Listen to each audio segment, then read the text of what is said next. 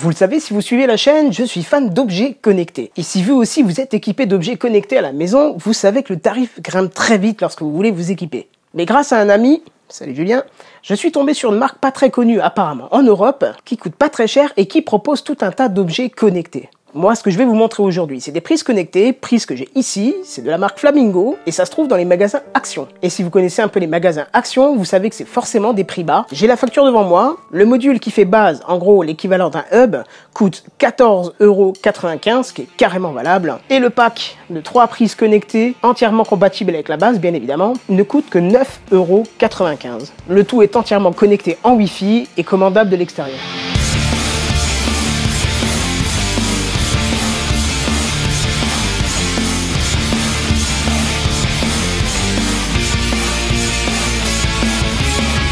Pour la mise en place, c'est tout bête. Déjà, il faut télécharger l'application Home Wizard Lite que vous trouvez sur l'App Store. Une fois dedans, je vous passe les détails, mais il faut créer un petit compte, et une fois que le compte est créé, il n'y a plus qu'à connecter le boîtier sur une prise, et on va commencer à suivre tout simplement les étapes qui nous sont demandées. On nous demande de nous connecter au réseau Wi-Fi, bien évidemment, et une fois que c'est fait, il faut appuyer sur le gros bouton jusqu'à ce qu'il se mette à clignoter en rouge. On valide sur l'application. Donc là, apparemment, ça n'a pas fonctionné. Il demande à faire une connexion directe. Donc c'est ce qu'on va faire. On appuie sur le bouton jusqu'à ce qu'il clignote plus rapidement, ce qui est le cas ici. Je clique sur « Il clignote plus rapidement » et on me demande de basculer sur le Wi-Fi direct de l'appareil.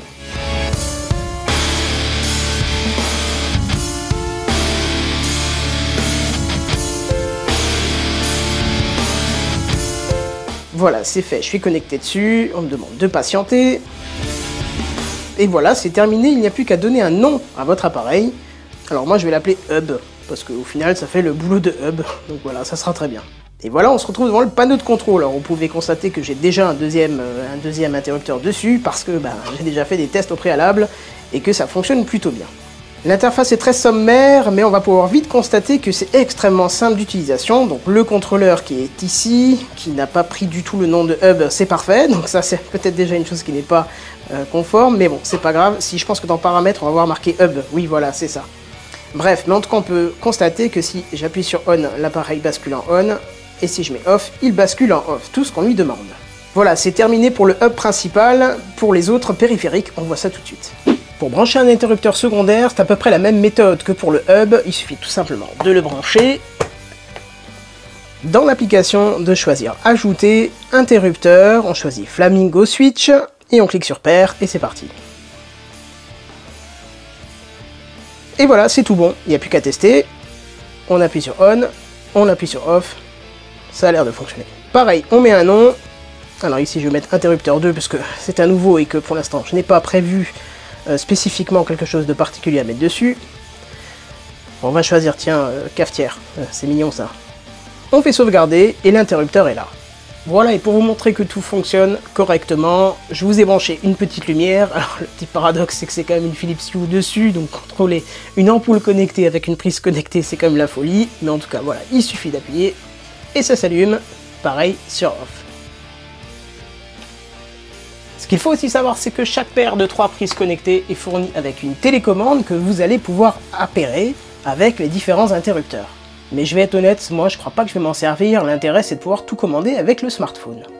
Voilà, vous voyez que c'est pas du tout compliqué à installer, et en plus l'avantage c'est que c'est pas cher. Et je vous entends déjà me dire, ouais t'abuses, tu pourrais te lever pour brancher ton appareil, pourquoi tu utilises des prises connectées? Et je suis totalement d'accord avec vous, parce que je vous ai pas encore montré une des fonctions les plus importantes, je trouve, pour ces prises connectées, c'est le système de tâches, qu'on peut voir ici dans l'application. On a ici des tâches que l'on va pouvoir régler tous les jours, toutes les semaines, un peu comme on veut.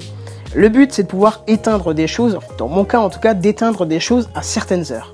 Ça a l'air ridicule, mais depuis des années, chaque nuit, j'oublie d'éteindre mon ampli audio quand je vais me coucher. Alors on se dit, bon bah ok, il est en veille, ça coûte pas grand chose, mais si, sur les années, ça coûte, ça consomme du courant pour rien, et surtout ça pollue.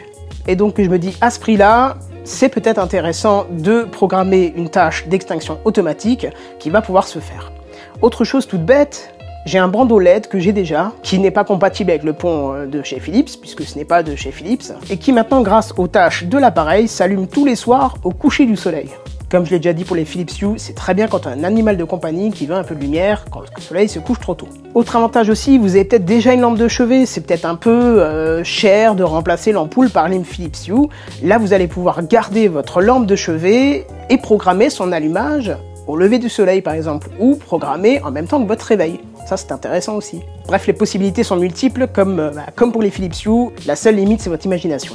Sur l'application, il y a aussi une petite partie boutique qui pourrait peut-être être intéressante d'aller jeter un œil. Voilà, on peut voir que la marque dispose de plein de produits différents, donc ce serait peut-être intéressant si vous voulez augmenter un petit peu le nombre de périphes connectés que vous avez. Non, je veux pas de ça. Il me demande plein de trucs pour les cookies. C'est chiant, les cookies. Et on peut voir qu'il y a même des modules qui sont intégrables directement lors de la construction de notre maison dans les murs. Ça, c'est intéressant. Bref, voilà, on a fait un petit peu le tour. J'ai juste oublié de vous dire que le hub peut connecter jusqu'à 99 périphériques, ce qui est, je trouve, énorme, alors que le hub de Philips n'en propose que 30. Je trouve ça plutôt appréciable pour un prix qui est vraiment très raisonnable. Je précise aussi, c'est pas un placement de produit, c'est quelqu'un qui m'a présenté ce produit-là, qui l'a trouvé par hasard dans les magasins Action, et j'en suis totalement satisfait. Voilà, j'espère que cette vidéo vous aura plu, ça vous permettra peut-être de vous équiper à moindre prix, parce que c'est vrai que certains objets connectés sont très chers et difficilement accessibles. Je vous remercie d'avoir regardé, n'hésitez pas à partager la vidéo autour de vous, ça pourra peut-être faire plaisir à vos amis. Et sur ce, je vous dis à plus, bye bye!